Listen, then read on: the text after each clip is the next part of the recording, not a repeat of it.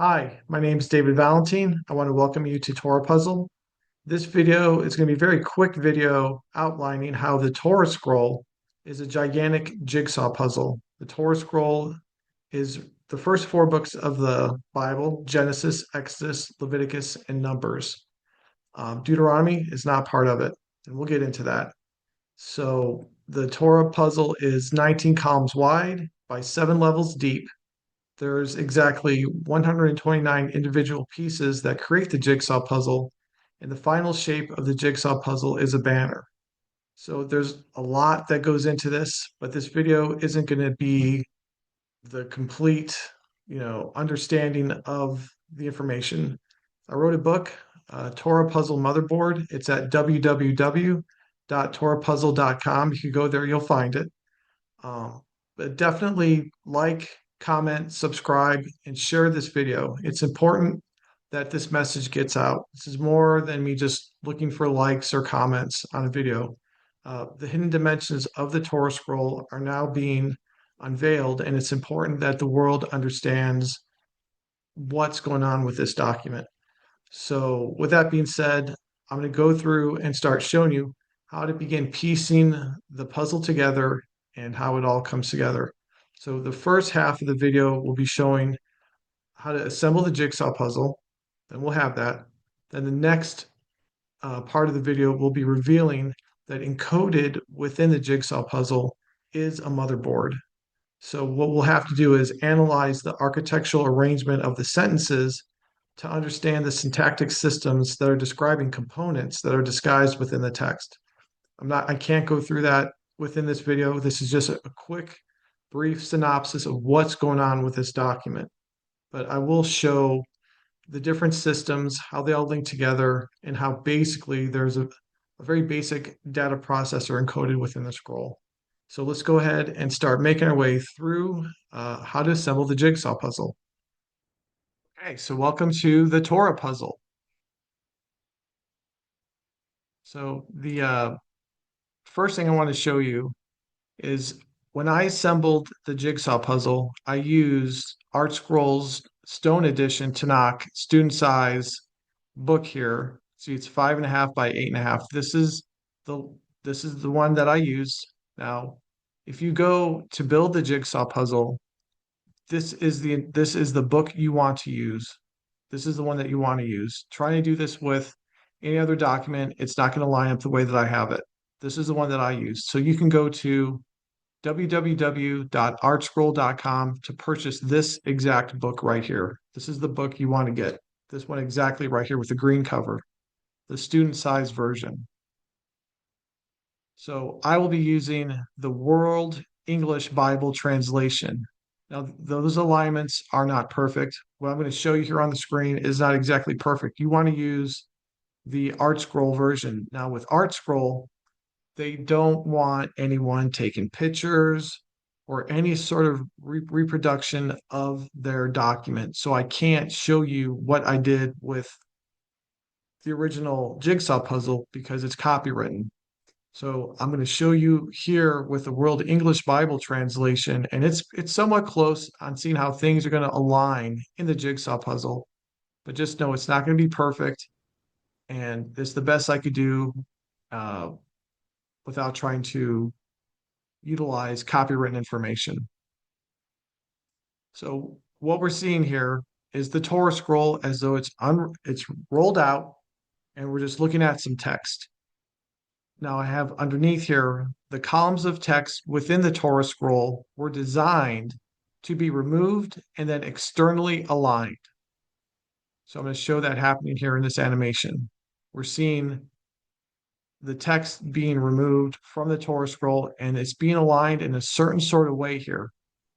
Okay, now we're seeing some lines going across, attaching from one puzzle piece to the next. So I have a note down here. We are to use the repetition of words and phrases between the columns of text as alignment indicators. So that's what you're seeing there. Those things that are linking across from one puzzle piece to the next are repetition of words and phrases between the columns of text, and they're horizontal alignment indicators. So that's what we're using. That's what I'm using to align these puzzle pieces, is aligning the repetition of phrases, distinct phrases.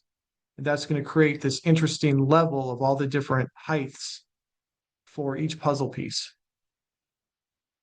So how the jigsaw puzzle starts out, we see on this slide here, for the left-hand side, it says at the bottom, the puzzle begins with Genesis 1 at the top left corner. So we see that right there. For number 1, it's start of Genesis. That's the top left corner. Now we're going to line the puzzle pieces to the right side. There are 19 puzzle pieces per level. That's how it comes about. You say, why not 18? Or could it be 20? No, it's 19. It's 19 puzzle pieces, 19 columns per level. So we're going to start at the left-hand side and we're going to move to the right. So what I'm showing here now is level 1, and we see level 1 at the top. Then we see the 19 puzzle pieces aligned. We see 1, 2, 3, 4, 5, 6, 7, 8, 9, 10, 11, 12, 13, 14, 15, 16, 17, 18, 19. They're inside the puzzle pieces. Now, underneath, I show the Bible verse or the Bible verses that create each puzzle piece. So for puzzle piece 1, we see Genesis 1:1 through 1:19. So when you look in the upper left-hand corner for that box that's got number 1 in it, that has Genesis 1:1 all the way through to Genesis 1:19. Those are the Bible verses that create that jigsaw puzzle piece. Then for puzzle piece 2, it picks up right where we left off on puzzle piece 1, Genesis 1:20. Now this one goes to Genesis 1:31. So puzzle piece 2 is made up of the verses from Genesis chapter 1, verse 20 to chapter 1, verse 31. Okay, those verses. Then for puzzle piece 3, it's Genesis chapter 2, verse 1 to Genesis chapter 2, verse 24. So those are all the verses that are inside that particular puzzle piece. So if you look from puzzle piece 1 all the way down to 19, it's a sequential movement going from left to right. We're going top down, Genesis 1:1 all the way down to Genesis 17:15. And it ends with Genesis 18:9. It's a sequential movement from left to right. We're not moving the puzzle pieces around, nothing like that. It's just a sequential movement of pulling those chapters out of the Torah scroll and to begin aligning them from the left to the right. And it's a sequential movement. So no verses or chapters are going to be jumbled or removed. It's just one sequential movement from left to right. So now what I want to do is I want to zoom in. Here we're going to look at puzzle piece 1, 2, and 3. So we're going to be looking at Genesis 1:1 all the way up to Genesis 2:24. So let's zoom in here. And now what we're looking at is that that interpretation. We're not looking at the art scroll. So I was able to show this on the internet, and we'll see how this begins to work itself. So we're seeing here for in column 1, you say puzzle piece 1, at the top, Genesis 1:1 has the phrase heavens and earth. Now we look across to puzzle piece 3, and we see at the top for Genesis 2:1 the phrase heavens and the earth. So that's aligning puzzle piece 1 with puzzle piece 3. That's a horizontal alignment indicator. That's how we're going to begin aligning these puzzle pieces, is through the same phrase aligning horizontally as best as we can. Then the next link we could show is here in the purple. In the column 1, there was evening and there was morning.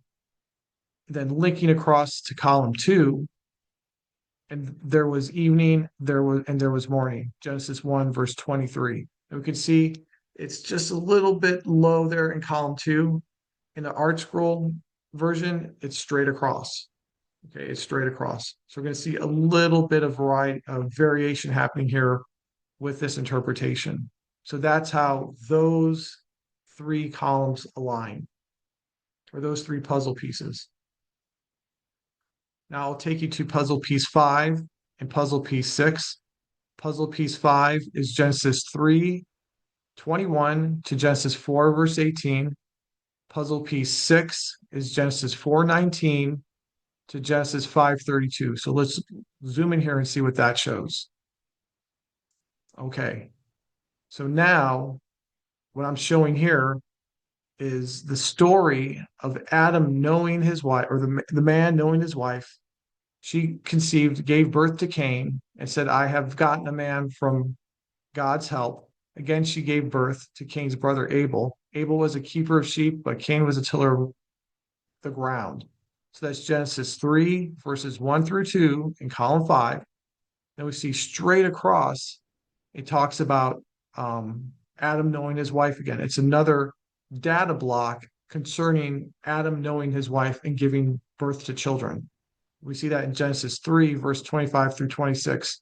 And in this version, we see it's just in column 6, it's just one sentence below, but in the art scroll, they're straight across. So I can read this. Genesis 3:25 through 26. Adam knew his wife again. She gave birth to a son and named him Seth, saying, For God has given me another child instead of Abel, for Cain killed him. The son was also born to Seth, and he named him Enosh. At that time, men began to call on God's name. So both data blocks are talking about Adam knowing his wife and giving birth to children. And what's interesting about this is when you read Genesis 3 from the beginning and you make your way all the way down, it talks about Cain and Abel. Then, Cain kills Abel. Then Cain is banished. Then it talks about Cain's descendants. And then it'll bring up Adam knowing his wife again. It's interesting that it'll tell us all about Cain's bloodline and the whole ordeal. And then for some reason, it's telling us about Adam knowing his wife. So that's interesting, but we can see now that that's a horizontal alignment indicator between those two blocks to align puzzle piece 5 and puzzle piece 6. That's very interesting. So here, now we can go to puzzle piece 8 and puzzle piece 9. Puzzle piece 8 is Genesis 7:1 to Genesis 7:16. Puzzle piece 9 is Genesis 7:17 to Genesis 8:14. So let's zoom in here. So in column 8, we could read Genesis 7:11. The fountains of the great deep burst open and the sky's windows opened. That's Genesis 7:11. Now straight across, we see that links to Genesis 8:2. The deep's fountains and the sky's windows were also stopped. So in a way, that's a reversal. It's talking about the fountain of the great deep and the sky's windows opened in puzzle piece 8, but in puzzle piece 9, straight across, it talks about the fountains of the deep and the windows and the sky's windows stopped, or they're closed. In one column they're open, and the other column they're closed. But that's linking that distinct feature between those two puzzle pieces, the fountains of the deep and the sky's windows. So those are in alignment. We could go to the very end of level 1. Puzzle piece 18 is Genesis 17:1 to Genesis 17:14. Puzzle piece 19 is Genesis 17:15 to Genesis 18:9. So let's look in here. So in puzzle piece 18, we can see Abram fell on his face. Genesis 17, verse 3. So on the left-hand side, Abram fell on his face. Now take that across into Genesis 17, verse 17, straight across. Now it's Abraham, because his name was changed. In Genesis 17, verse 17, Abraham fell on his face. So he's falling on his face again. So we see that aligns these two puzzle pieces about Abraham falling on his face. Then underneath that, in Genesis 17, verse 7, We see in puzzle piece 18, an everlasting covenant.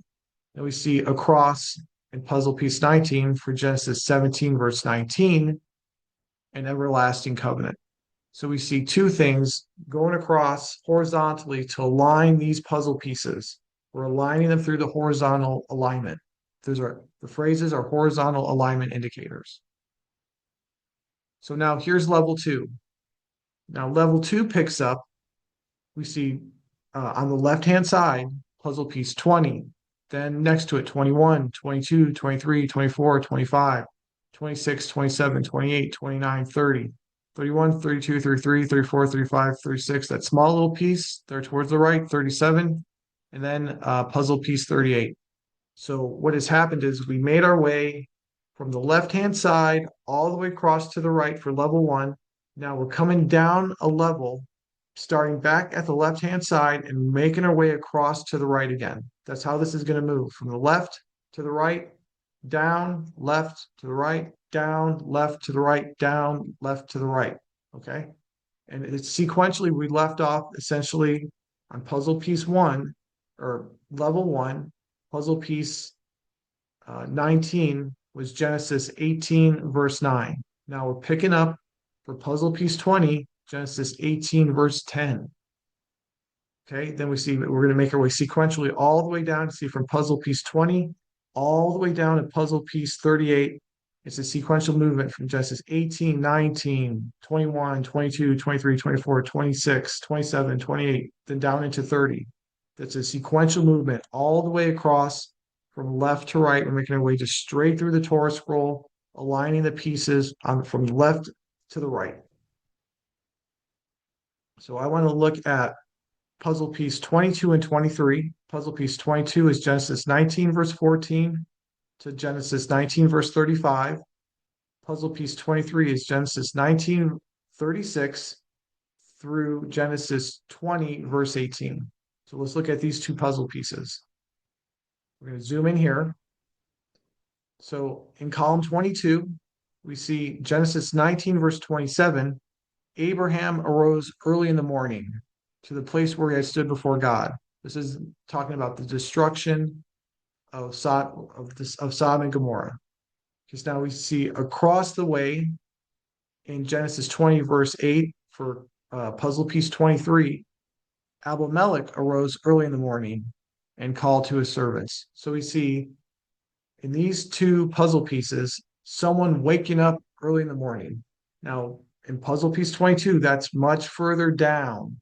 You could count it almost 5 sentences down. We see it's close. And in the Art Scroll version, it's also further down. But I want to point that out now. Abraham arose early in the morning in puzzle piece 22.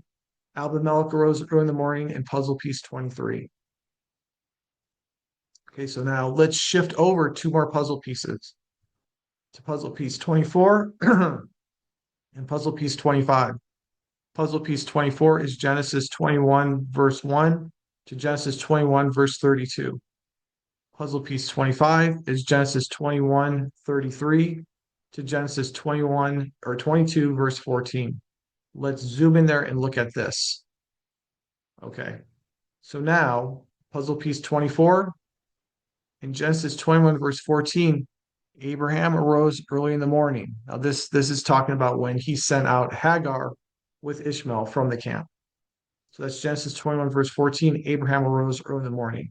Now straight across in puzzle piece 25 in Genesis 22, verse 3, Abraham arose early in the morning and saddled his donkey. This is when he's going to take Isaac up on the mountain.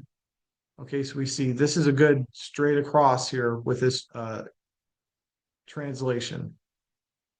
So now what I want to do is look at all 4 puzzle pieces. Puzzle piece 22, 23, 24, and 25. Let's take a look at that. So now here they are, and we can see straight across what happens when we try linking all of those together. We see Genesis 19, verse 27 in puzzle piece 22. Abraham arose early in the morning. That links across to Genesis 20, verse 8, where Abimelech arose early in the morning, which uh, links across to Genesis 21, verse 14, where Abraham arose early in the morning, which links across to Genesis 22, verse 3, where Abraham arose early in the morning. So that's something for you to think about as you're reading the Torah scroll. What's going on in this block of text as you're flipping through the pages? Why are these people waking up early in the morning? I think my head's in the way. So move that here. So you can see that. Sorry. So we can see up here that Abraham arose early in the morning. Then across over here, Abimelech arose early in the morning. And then in column 24, puzzle piece 24, Abraham arose early in the morning. And then puzzle piece 25, Abraham arose early in the morning. So we're reading in the Torah scroll and we're just flipping the pages like, wait a second, why is someone constantly waking up early in the morning within this block of pages, within these couple of pages? Then as you move on and you're reading, it's like no one's waking up early in the morning anymore, or beforehand, no one was waking up early in the morning. They're horizontal alignment indicators to help you align the jigsaw puzzle. Now, granted, this actually happened. This is the history of humanity and how God is creating the puzzle, how God's scripting things in. It could be that everyone was always waking up early in the morning. Why God chose to write these particular words in here. So I'm no way, shape, or form trying to say this is just a jigsaw puzzle and none of this stuff happened. To the contrary, no, this all happened.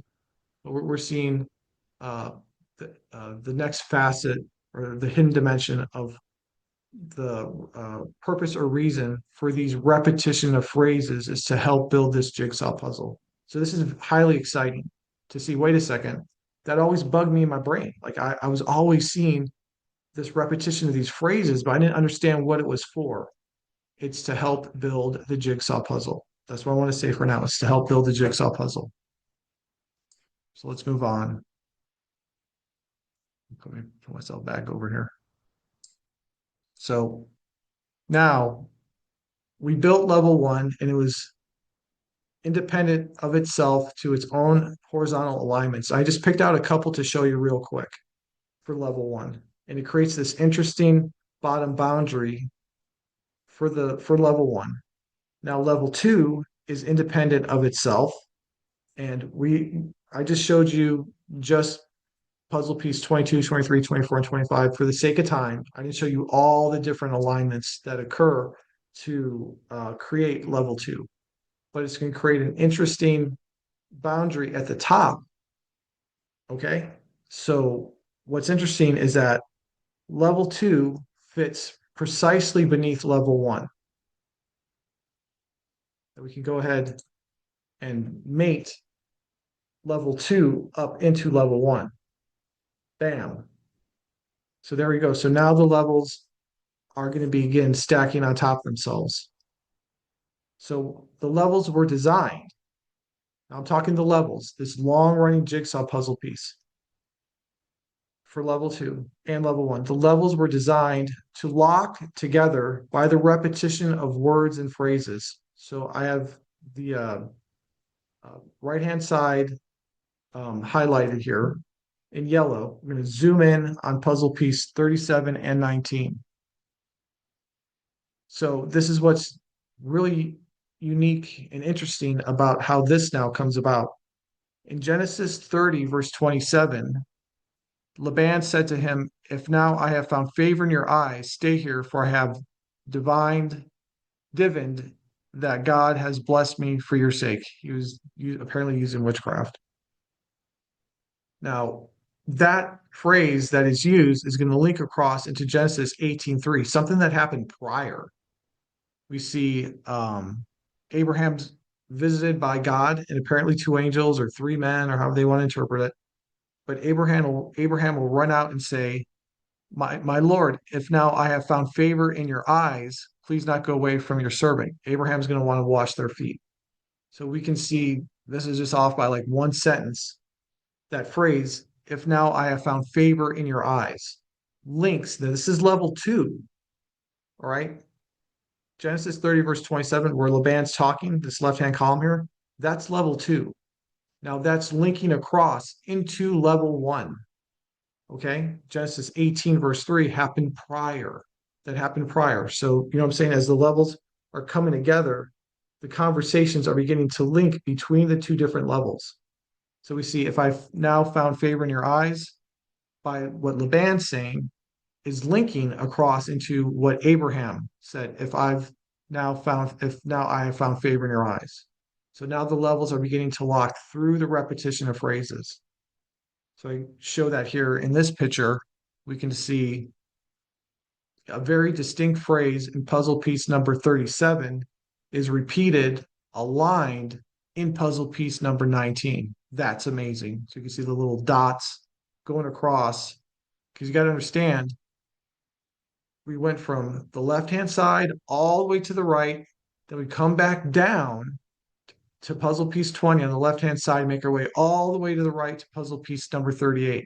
Now, in puzzle piece 37, the phrase is linking to puzzle piece 19. Okay, that's absolutely amazing. So puzzle piece number 37 is the smallest puzzle piece. Creating the correct puzzle heights is crucial to avoid a compounding error occurring as the puzzle stacks together. So I'm having to make these particular cuts for each puzzle piece as they're making their way through. And if some of the puzzle pieces are longer or shorter, the puzzle's not going to stack together correctly.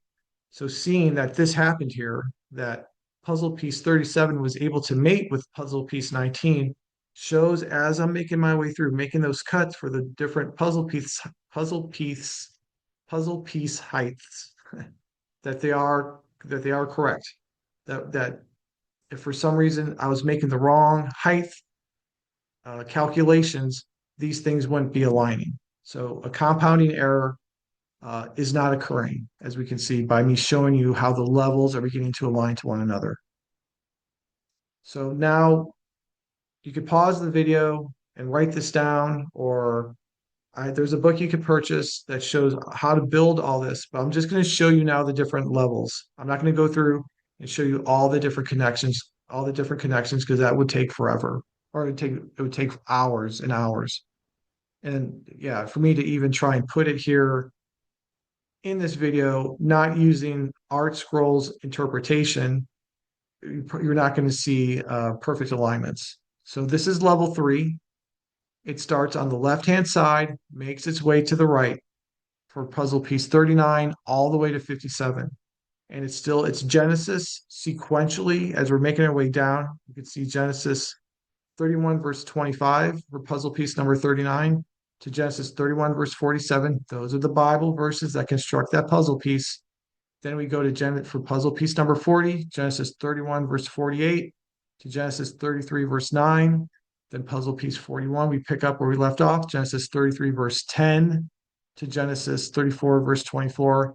Make our way all the way down to puzzle piece number 57, Genesis 49 verse 29 to Genesis 50 verse 24. So that's what level 3 looks like when it's all aligned. That's the configuration for that long running puzzle piece. So I show in this image level 1, level 2, and now level 3 locked together. That we're going from the left-hand side to the right, and then down, left-hand side to the right, and then down, left-hand side, move to the right for puzzle piece 57. Okay, so that's how this puzzle is assembling itself. I hope that makes sense. So now here's level 4, what level 4 looks like. And we can see puzzle piece 58.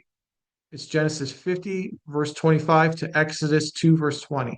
So now we just have a little bit of Genesis there, but now we're picking up for Exodus. So this is what Exodus looks like. And it's a sequential movement all the way across. That's level 4. Here's level 5. This is what level 5 looks like.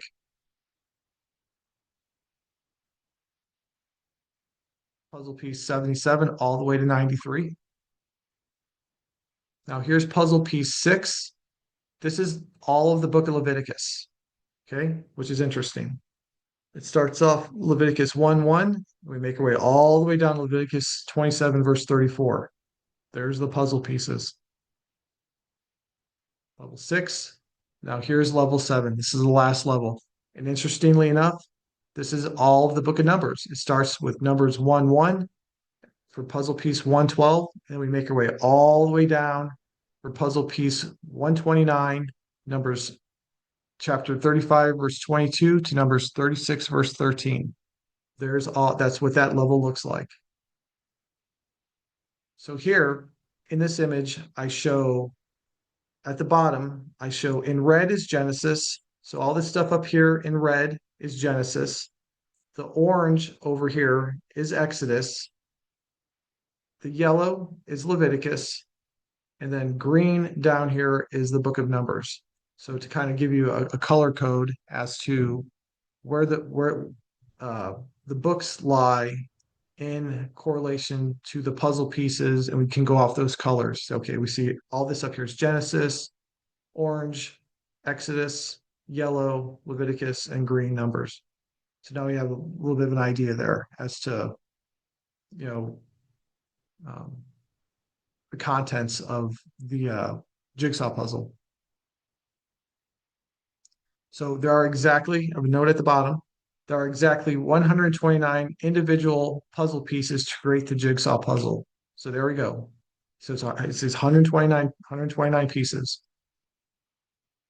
So now the 10th column is the center of the jigsaw puzzle. That's the center. We've got 1, 2, 3, 4, 5, 6, 7, 8, 9. And then the center. Then we've got 11, 12, 13, 14, 15, 16, 17, 18, 19. 9, the centerpiece, and then 9 more. So the 10th column is the center. Now, as we can look, I have an arrow pointing down from the center column.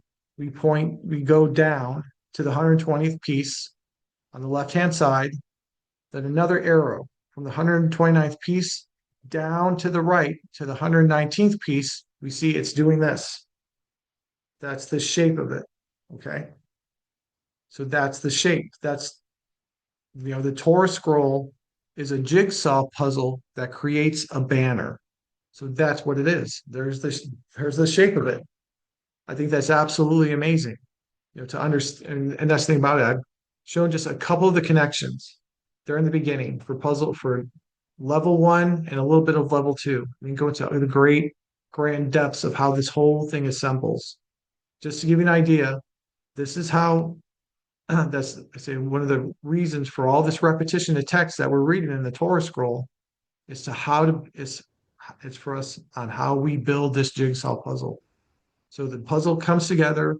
What's the shape of it? It's a banner. Okay. So the Torah scroll is a jigsaw puzzle that creates a banner. So here I am. Here's a picture of me with the actual, you can't make out anything. This is the actual art scroll. Pages taken out of art scroll. You can see some colors in there that I used to highlight, so you can see all the different repetition of phrases and the like, but we can't really see any of the words. So this is okay. I can show this, but here I am with the actual physical banner. And I made this interesting, fun little topper at the top with an aleph in it, and raise a banner. So there I am, raising a banner, the banner of God. And I have this note: God has given David Valentin the banner. I got the banner. So let's begin building the kingdom of God. Rally around the banner of God. Okay, so like, what's the point of this? What's the point of the banner? Like, what's the point of all this?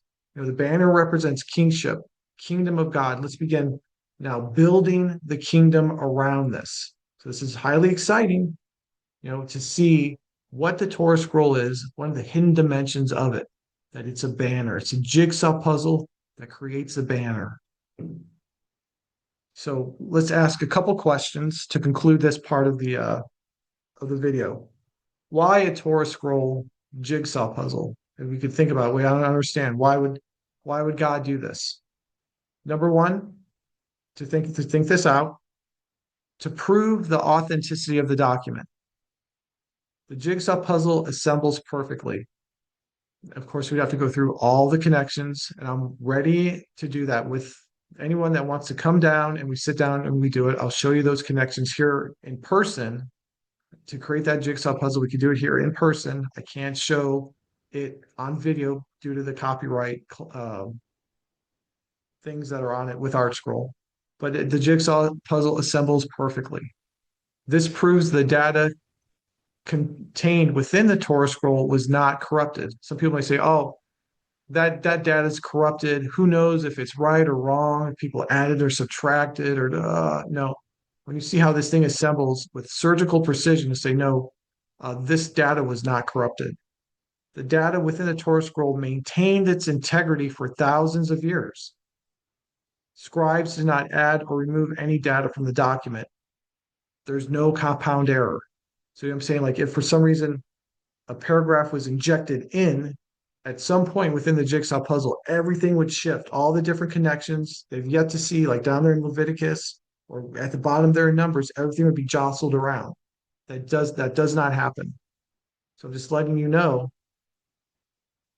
the fact that the jigsaw puzzle assembles perfectly is proof that the scroll was not corrupted and that the data maintained its integrity.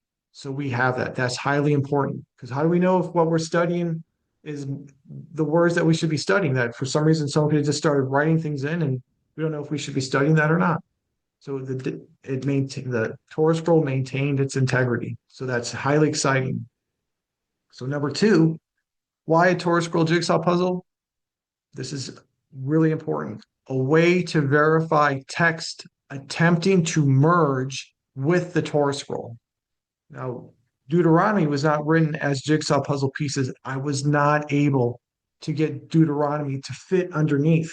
So whoever wrote Deuteronomy did not know that the Torah scroll was a jigsaw puzzle. They didn't know. They just started writing the story and they attached it to the back end of the scroll and pushed it down through time to us. And it's been making its way through time, affecting the minds of those people that are reading it, thinking that God said these things when God did not say it. That's blasphemy. Remove Deuteronomy from the back end of the Torah scroll. Deuteronomy is blasphemy. This is huge. This is to be an absolute atomic bomb in the world of religion, Judaism, Christianity, Islam, whatever you want to call it. When it comes to this scroll right here, it's just Genesis, Exodus, Leviticus, Numbers. That's it. So the why Torah scroll jigsaw puzzle? A way to verify text attempting to merge with the Torah scroll. Deuteronomy is not written in puzzle piece form. I was not able to get it to fit, to line up or nothing. So whoever wrote that, that's blasphemy. We have to remove it from the scroll. That's an order. Now we can see that the text is verifying that because it's a jigsaw puzzle. Deuteronomy is not. Get it out. So number three, why a Torah scroll jigsaw puzzle? We can look at this, a task that God purposely created for an anointed individual or an appointed individual to solve. Okay, because I'm showing you now that this is a jigsaw puzzle. God purposely created this in order for it to be solved. So someone's going to solve it at some point. No one solved it in all of human history. I've solved it. So I was, it's an appointed message, as we're going to see, for an appointed time, and I'm the one appointed to do it. Okay. So the banner represents kingship. The king will be granted the banner and will build the kingdom of God around it. You understand? This is a banner, and we're going to sit down and we're going to talk. I'm opening these discussions now. We're going to sit down and talk about this, and you're going to see the ingenuity behind the scroll as it being a jigsaw puzzle. You say, wait, this is a banner. Okay, this was something that was meant to be done at some point. David's the one to do it. He's the one appointed with this. It's an anointed message for an anointed time. David's the anointed one to do it. It's over and done with. All right. So here, we'll just move to number four. Why a Torah scroll jigsaw puzzle? Solving the Torah Scroll Jigsaw Puzzle is a way to prove the Spirit of God is resting upon an individual. I mean, this is massively uh, huge divine information that's now being revealed. So, God's communicating to and through this individual. How do we know? If I was to say the Spirit of God is upon me because of all these other projects I've been working on, it's like, well, he said he's got the Spirit of God upon him. Here, give him the Torah scroll. Here, solve this if you've got the Spirit of God upon you. There you go. Jigsaw puzzle. David solved the puzzle. It's a way to prove God has rested God's Spirit upon me. Okay, so there's 4 reasons why a Torah scroll jigsaw puzzle. I'm sure we could probably sit down and think of more. But let's just zone in on this. And for me, most importantly, I want you to see number 2. This is a way to verify texts attempting to merge with the Torah scroll. Deuteronomy needs to get removed. You guys aren't celebrating Pesach. You're not celebrating Passover because of Deuteronomy. There's many things that are going on in the world of Judaism because Deuteronomy is playing a role in the decision-making process. We need to remove Deuteronomy from the scroll, and that's an order. So we'll move on from here. So now to go into the next step of this, the Torah puzzle motherboard. So now that the jigsaw puzzle's been created, now I'm going to show you briefly, there's no way for me to go into the grand detail of this, how there's a motherboard encoded within the text. I'm going to show you the components, and I made the motherboard, and it works. And it's a basic data processor. That's what it is. So when the puzzle's assembled, we're looking at the layout of the motherboard. So here's an image that we're used to seeing, the 29 individual pieces. Now from this, bam, you're going to see the motherboard here. I'll go back. Look at puzzle. Look over here up at puzzle piece number 6. You see puzzle piece number 6 at the very top? Now watch when I shift over. You see a battery located there. See that? Puzzle piece 6. And there's a battery up there. Same for puzzle piece 12. I'll shift. You see a battery up there. So in these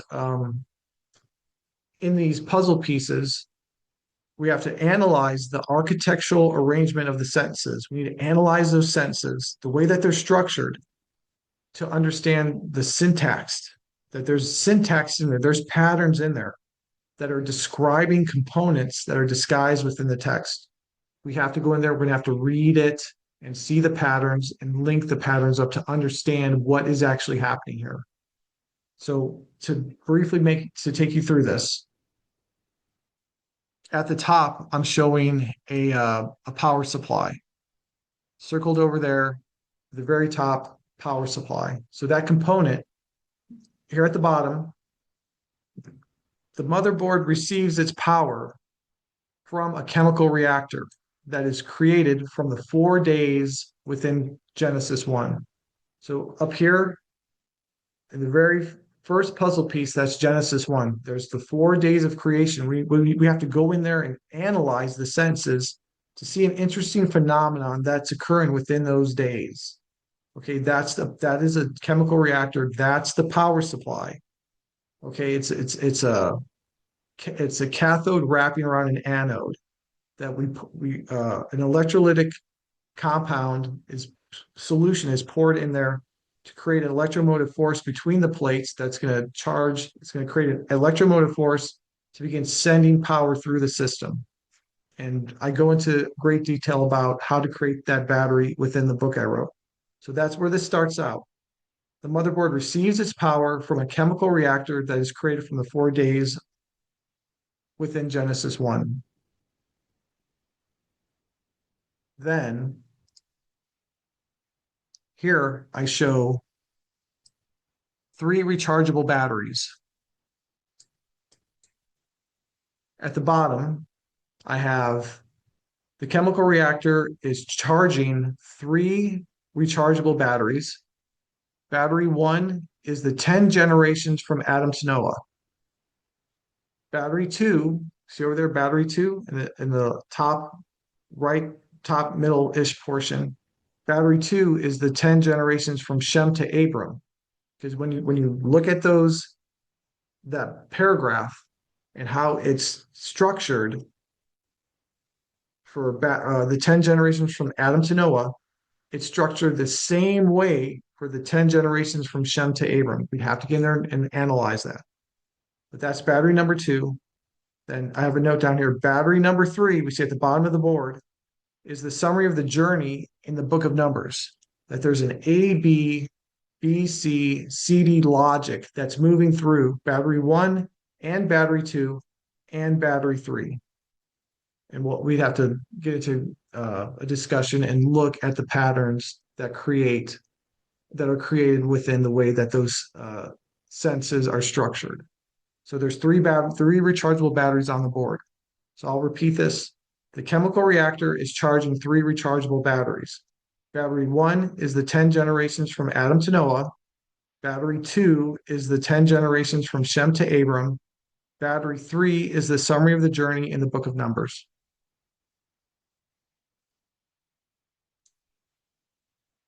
Now, I'm showing down here, the batteries are powering a central processing unit. The central processing unit is located here. Now, this is in the book of Leviticus. We have to go in and look at the paragraph to see how this is created. When the puzzle's assembled, how all the data that's linking together is actually showing a central processing unit processing data. So the central process, okay, so I have the batteries are powering a central processing unit. Central processing unit is located here. The 10 commandments are being reprocessed within the central processing unit. The 10 commandments are being referenced as a ROM chip. The ROM chip is located here. So watch this. Over there, all the way across, I have in that brass housing on the board, that's the location for the 10 commandments. That's where the 10 commandments are actually located on the jigsaw puzzle, is right there. Okay. So the 10 commandments somehow are being reprocessed here in the central processing unit. In the book of Leviticus, I'd have to go and show you there, but that's what's going on. There's a CPU on the board. So now I have a note down here, data relay network. So now you're seeing all these red squares going across the board. That's the data relay network. So we see all those red squares making its way we go across and up to the 10 commandments, to that brass housing. So I've got arrows. The first commandment will be repeated within the Torah scroll. That's what those red blocks are, those red rectangles making their way through across from left to right, then up. The 10 commandments will be repeated within the Torah scroll. The repetitions serve as a component creating a daisy chain to transmit the data from the ROM chip into the central processing unit. A data relay network is formed. So what I'm showing here on the board, there's these data headers, these black rectangles that are at the top of each ROM chip, essentially. And they're components that are creating a daisy chain network from the 10 commandments across to the central processing unit. See, the central processing unit was right there. That one of those red rectangles is right underneath the central processing unit. So data is being pulled out of the RAM chip or out of the ROM chip and sent down the data relay network into the central processing unit. Okay, that's the data relay network. So data, here's a note down here. I'm showing an arrow from the CPU going over here to these two chips on the board. Data will then be pushed out of the central processing unit and saved into a RAM chip. The RAM chip is located here, right there. RAM memory data chip. That's important because there's a tie. Thou shalt not make molten gods for yourself. In the book of Leviticus, God also says that in the book of Exodus. Same phrase. And for the RAM chip, it's a bunch of data that was previously repeated that God will tell Moses to write down, and it's all jumbled up. It's It's randomly ordered from then how it was previously ordered, which is very indicative of a RAM chip, random access memory. So I'm just telling you that's where the RAM chip is located. So the Torah scroll is an ancient message from God. The message, I have technology. I had the ability thousands of years ago to record and digitally save all of your activities. That's what this is. The Torah scroll is a jigsaw. It's like a message in a bottle from thousands of years ago. You know, the scroll is thousands of years old. It's a message in a bottle that God wrote this. That's Exodus 32, verse 32. You can look it up. Moses says, erase me from the book you wrote. And God said, those who have sinned, I'll erase them from my book. Moses knows he's a character in a book that God wrote. God wrote this. It's thousands of years old. Look at it as a message in a bottle that God sent down through time. Here, in the age of science and technology, when we would understand the motherboard, I get the message, I get the bottle, open it up, dump out the contents, assemble the jigsaw puzzle, but it's a motherboard. It's a motherboard. It's a proof that this scroll is divine. You say, what's divine? Written by a supreme being possessing superintelligence. Having a jigsaw puzzle does not make it divine, which we'll get into. Having the motherboard makes it divine. So that's something to think about, and we could go into much more discussion and talks as to wait, what's going on here? We see this very complex, or excuse me, we see this very complex circuit board here, and David's trying to say now it's a jigsaw puzzle that's a banner, but encoded inside it is components that create a motherboard. There's 12 systems that integrate together to produce one functioning machine. Okay, and it's all present here within Genesis, Exodus, Leviticus, and Numbers. All components necessary for machine function system operations are present within this data set. You don't need any other data. You don't need Deuteronomy. Everything happens here. The power is generated at the beginning of Genesis, and power terminates at the end in the third battery, which is right 2 puzzle pieces away from the end. So, but this is important. That's the message. God has technology. We would think, of course, God does. But here's the proof that God has it. This is an ancient document, thousands of years old, that was sent down through time where God's saying, hey, there's a RAM chip on the board. I can store everything that you're doing digitally, and I can bring it back to you to show you. So you better be following these laws. So I won't get into too much detail on that, but like for here, I'll show here at the top, power begins. Okay, power begins at the beginning of the jigsaw puzzle, and power terminates at the end of the jigsaw puzzle. You see that? Power terminates there. All components necessary for machine function are present within this data set. No need for any other data than Genesis through Numbers. Power begins at the beginning of the jigsaw puzzle, and power terminates at the end. We don't need any more data. This is its own exclusively inclusive docket that was sent down through time. A jigsaw puzzle that creates a motherboard. Okay, we're actually 2 puzzle pieces from the end, because that's the summary. Battery number 3 is the end of the long-running power distribution network. That's where it ends, in that battery. Power is moving from that chemical reactor and ending in battery number 3. Battery 1 and battery 2 are part of the separate system that is charging the chemical reactors charging those batteries. So here's a note that I have here at the bottom. This is concerning the atheist. The atheist will admit, now this is when we sit down and actually go through the jigsaw puzzle and see how everything aligns beautifully. The atheist will admit the Torah scroll is a jigsaw puzzle, but that does not make it divine. We now know what some people were doing in caves thousands of years ago.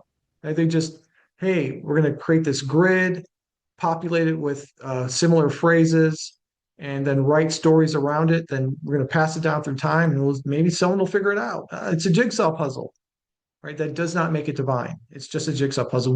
Now that we know that, we can create our own. That doesn't make it divine. When the atheist sees the motherboard encoded inside the puzzle, they will be forced to admit the Torah scroll is divine. written by a supreme being possessing superintelligence. That's game over. And if anything, that's game on for the atheist. Like this is what we always wanted. This is what we would have expected from an all-powerful, all-knowing supreme being of creation. Like this would be a move that we would expect from God possibly to do, to write a document that's a jigsaw puzzle that has a motherboard encoded inside it, the master of science and technology. Like, that God knows it all. God has it all. So this would be a really, really cool maneuver to pull. And that's what is happening. It is a reality. And I'm ready to sit down with anyone that knows science and technology, that understands circuit boards and circuitry and components. I'm going to sit down and show you how everything links together to create this motherboard. It's got a chemical react. It's got a power supply, chemical reactor that is running off electrolytic compound. You put a fuel source in there. It's going to charge these batteries, and the fuel source is spent. It's gone. So what's the point of having these backup batteries on the board? They're bleeding out to run this CPU that's grabbing data from ROM chips and processing it within the central processing unit and saving it to RAM. Very basic data processor. So I'm looking forward to sitting down with people to show them how this all fits together. It's absolutely amazing. So the logical progressive ramifications of the Torah puzzle motherboard. Let's actually talk this out real quick. So number one, the Torah puzzle crimps the data set to only Genesis, Exodus, Leviticus, and Numbers. So that's it. It's a jigsaw puzzle. It's just those 4 books. Okay. What about the motherboard? The Torah puzzle motherboard reinforces the data set and proves the laws commanded by God are eternal. A highly sophisticated, technologically advanced piece of hardware is created from laws given thousands of years ago. So, those are just old laws, and they fizzle out or faded, or as we make our way through time, we become smarter than the scroll. It's like, no. Those laws that were created create components of a motherboard. Okay, that's of today's day and age. Like nothing's old about this. This is actually a project that was meant to be revealed in the future. God's not abandoning this project. Here we are. We're at the end. We're now understanding the hidden dimensions of the Torah scroll in the age of science and technology. Okay, so no, it's the motherboard is reinforcing that crimped data set. It's just Genesis, Exodus, Leviticus, and Numbers. Then now in comes the motherboard, where it's all components necessary for machine function are present within this data set. You don't need any other data. You understand? So we don't need to be moving on to any other books. It's just these 4 books. So the original, for number 3 here, or down here, the original pure message of Torah will be understood from only Genesis, Exodus, Leviticus, and Numbers. Okay, and that's the thing about it. Leviticus 26, verse 11 and 12, God says, I'll set up the tabernacle. I won't reject you. I'll walk amongst you. I'll be God unto you, and you a people unto me. Starting with Leviticus 26, verse 3. If we follow God's laws, God will appear here on the planet. So we got to get rid of Deuteronomy. It doesn't belong. Distance yourself from a false word. Exodus 23, verse 7. Okay? So all other forms of religion beyond the data set will be discarded. That is Christianity, Mormonism, Islam, and even this runaway Judaism that we're facing now. Deuteronomy and everything else, get rid of it. And we're going to focus on Leviticus 26, verse 11 and 12. So here is the front cover of Torah Puzzle Motherboard. I wrote a book detailing everything that I have shown you in this presentation. Copywrote it. It's been over a year. Now it's time to start revealing this information to the world. So you can go to www.torahpuzzle.com to get a hold of this book, and we can start the discussion and get this moving. This is God's project. We're all woven into it, and it's happening. So we need to get moving on this project. I would very much like for this video to be shared with the world. Send it to everyone. The hidden dimensions of the Torah scroll are now being revealed. The implications and ramifications of a revelation of this magnitude are awesome. I mean, I want to sit down with world leaders, leaders of heads of states, and begin talking about the preparations that we need to make in order for God to rest God's presence amongst us. We got to work ahead of us. God gave me the banner, rally around the banner. Let's begin building the kingdom of God, and it represents kingship. So let's get moving on this, and I look forward to talking with all of you in the future. Until then, my name is David Valentin. It's a sign on my hand and a symbol between my eyes that God's law is in my mouth. With a strong hand, we were removed from Egypt. That's Exodus 13:9 and Exodus 13, verse 16. I'll let you guys know I love you all. Love your fellows, you love yourself. That's Leviticus 19, verse 18. Love the stranger as you love yourself. That's Leviticus 19, verse 34. Love those you know and love those you don't know. This is supposed to be a planet locked in love. Okay. And that's an order given by God. Leviticus 20, verse 22 and Leviticus 26, verse 14. God said, follow all my laws. So we're commanded to love everyone. So I want to let you guys know this was done out of love, but we need to get moving on this. God gave me the banner.